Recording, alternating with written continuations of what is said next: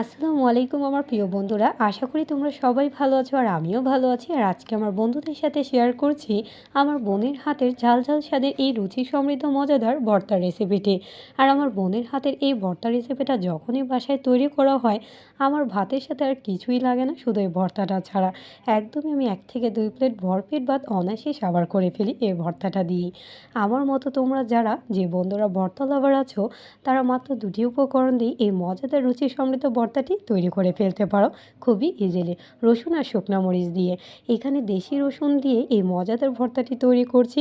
আর দেশি রসুনের আলাদাই একটা ফ্লেভার আছে, যেটা এই ভর্তাটা আরও বেশি মজাদার দুর্দান্ত করে ফেলে। আর তার সাথে শুকনো মরিচ নিয়েছি আমার ঝাল অনুসারে।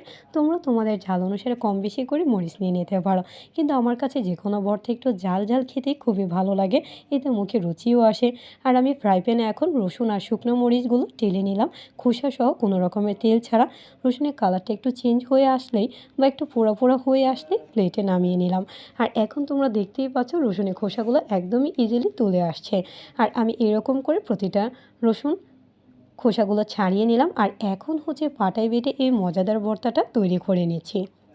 আর আমার কাছে যে কোনো ভর্তা পাটায় বেটেই খেতে বেশি ভালো লাগে। পাটায় বাটলে ভর্তাটা আস্ত আস্ত থাকে, আর ব্লেন্ডারে বেটে নিলে ভর্তাটা পুরো মিহি হয়ে যায়, এতে ভর্তাটা প্রপার স্বাদ পাওয়া যায় না। আর সাথে আমি একটু লবণ দিয়ে ভালো করে হচ্ছে ভর্তাটা একসাথে বেটে নিচ্ছি।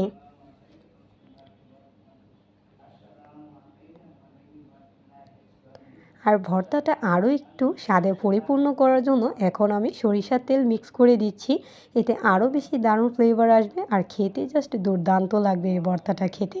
আর এখন আবারও হচ্ছে ভালো করে আমি ভর্তাটা মিহি করে বেটে নিলাম। আর অলরেডি কিন্তু এখানে ভর্তাটা বাটা হয়ে গিয়েছে। আবারও শেষে আমি সরিষার তেল দিয়ে দিলাম, এতে সরিষার তেলের দারুণ ফ্লেভার আসবে। তোমরা যেটা দিয়েই খাও না কেন, সেটা ভাত হোক বা খুদের বোয়া হলো, আমার কিন্তু বন্ধুরা অলরেডি জিভে জল চলে এসেছে এই মজাদার ভর্তা রেসিপিটা দেখে। কারণ বাঙালি বলে কথা আমরা, আর আমাদের বাঙালির প্রথম পছন্দই হচ্ছে এরকম ঝাল ঝাল ভর্তা। আর সাথে যদি হয় ভাত গরম গরম, তাহলে তো কোনো কথাই নেই। আশা করি আমার বন্ধুদের কাছে আমার বোনের হাতের তৈরি এই মজাদার রসুন ভর্তাটা ভালো লেগেছে। তোমরা কিন্তু অবশ্যই লাইক কমেন্ট শেয়ার করতে ভুলবে না। আর যারা যারা আমাকে সাপোর্ট করেছো অসংখ্য ধন্যবাদ। যারা এখনও সাপোর্ট করেনি, সাপোর্ট করে ফেলো আমার নিত্য নতুন ভিডিও দেখার জন্য। আজকে এই পর্যন্তই। Thanks for watching my video. আল্লাহ হাফেজ।